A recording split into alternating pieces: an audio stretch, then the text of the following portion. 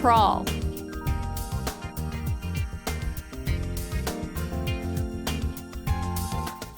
I like to teach crawl in my beginning dog tricks classes because most dogs will be able to crawl a little bit in their very first training session. This is Lassie. Lassie is a rough collie, and Lassie is going to help us demonstrate the crawl trick. Dogs are more apt to crawl on a soft surface such as grass or carpet.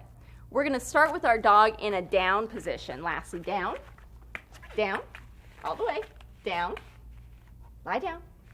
There you go. There you go. I'm going to hold a treat in my fist, put it close to the ground. I'm going to slide my fist just slowly away and say crawl. Very good. As soon as Lassie takes even a step or two, I'm going to let her have the treat. Good job. As she gets better, we're going to up the ante and see if she can crawl a little farther. Lassie, come here. Down, down, down. If you go too fast, you might find that your dog stands up. If that happens, just tell her down. Good job. Very nice. Let's try that with some other dogs. Down.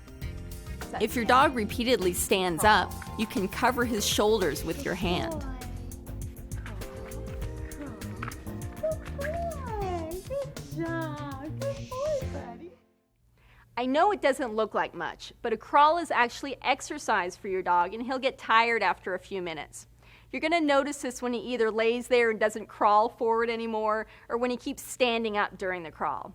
Training at this point would only be building bad habits in your dog. Quit before your dog gets tired. Sliding the treat is hard work. We want to get our dog to do it while we're standing up. We're going to put a treat on the ground to keep the dog's attention downward, and I'm going to cover the treat with my shoe. Now, if Lassie crawls all the way over to the treat, she gets to have it. But if she stands up, I put my foot down and cover the treat.